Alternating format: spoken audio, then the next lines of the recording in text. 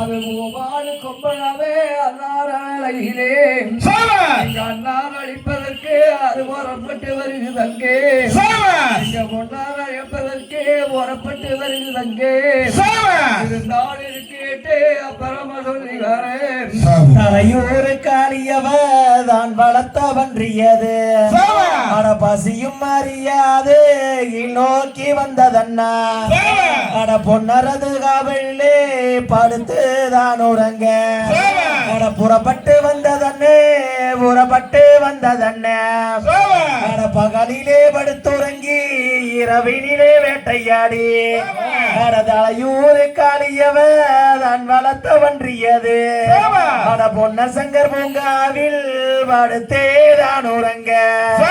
அப்பேற்பட்ட வன்னியதை பொன்ன சங்கர் கேட்டறிய அட அண்ணருக்கு கோபம் வந்து ஆட்கோபம் தானும் கண்டு அட பொன்னருக்கு கோபம் வந்து பொற்கோபம் தானும் கண்டு அட சங்கருக்கு கோபம் வந்து சங்கை எடுத்ததனுவே அட பொன்னரும் தானும் அங்கே பொங்கி எழுந்தாரே அட சங்கரும் தானும் அங்கே சரிந்து வீடையாட அட அண்ணரது தானும் அங்கே ஆட்களை கூட்டமிற அட பன்றியதை தானும் அங்கே வளைகூறு தானும் போட அட பொன்னரது படையும் தான் பொங்கி எழுந்ததுவே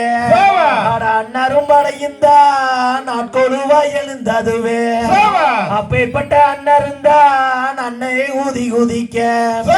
அட பொன்னருக்கு தானும் அங்கே பொற்கோபம் தானுமாக அட அண்ணருக்கும் தானும் அங்கே அட்கோபம் தானும் மேல அட சங்கருக்கு தானும் அங்கே சங்கு ஈடி முழங்க அட பொன்னருக்கு தானும் அங்கே பொன்னெல்லாம் இடிந்து விழ அப்போது தானும் அங்கே இடிவிடாத தன்னங்கது அட தங்கையது தானும் அங்கே வேண்டாம் என்று விடி முழங்க அட ஓட்டுங்க ஒரு ரவுண்டு அப்புறமா வந்துக்கலாம்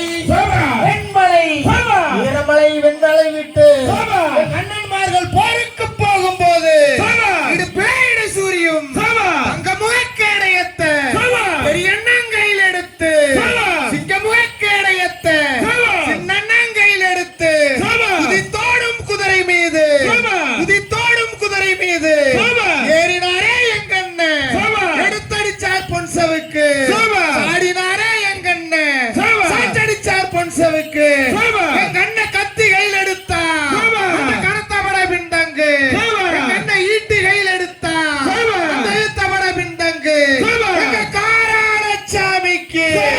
எங்க காராட சாமிக்கு கண்ணு சவக்குதடா கடுங்கோபம் ஆகுதடா மீசே துடிக்குதடா முன்கோபம் ஆகுதடா அண்டமெல்லாம் கிடுகிடுங்க ஆகாசம் தூள் பறக்க பூமி எல்லாம் கிடுகிடுங்க